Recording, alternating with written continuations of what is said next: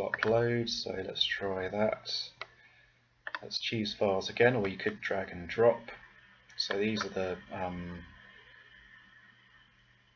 so there's a few things here.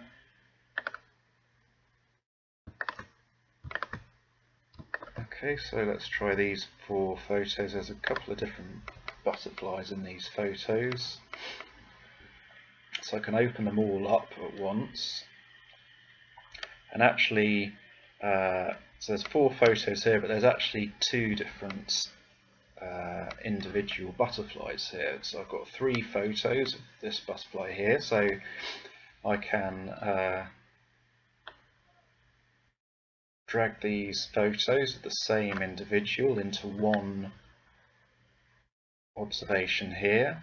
So I've now got one observation with 3 photos of the same individual, and if I look at that, so I've got the ventral side of this butterfly and also the dorsal side, because often with animals and plants you want to get different views of the organism in order to help identification.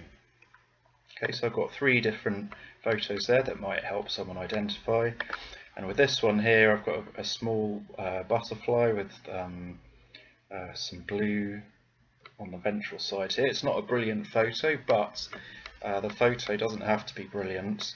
I reckon someone may well be able to, I don't know this species myself, but I reckon someone may be able to identify it from this photo, even though it's a little bit blurry. So your photos don't have to be perfect, and that one certainly isn't perfect. So if you have your photo geo-referenced, then it should automatically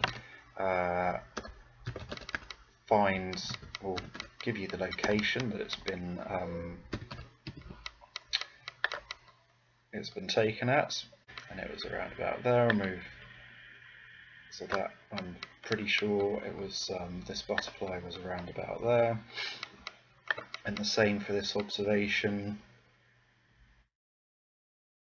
Actually, it was pretty much in the same place, so I'll update that.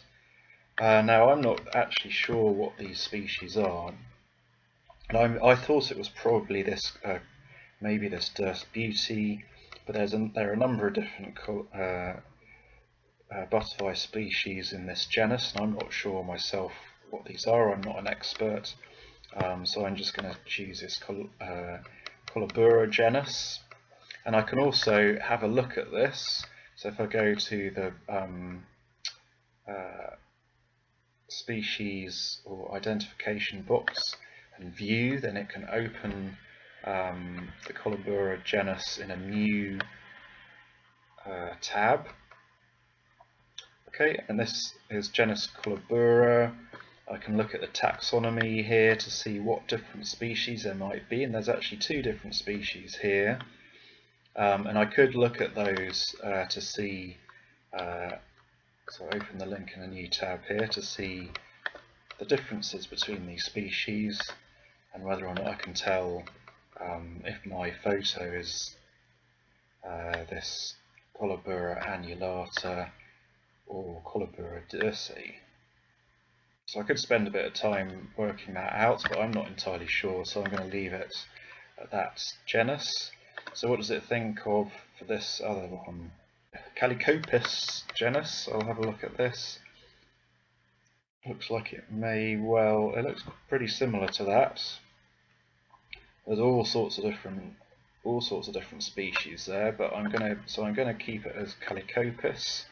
Or I could just, if I'm not really sure, I could just have it as butterfly. So maybe I'll just put it as butterfly. Butterflies here. So I've got my 2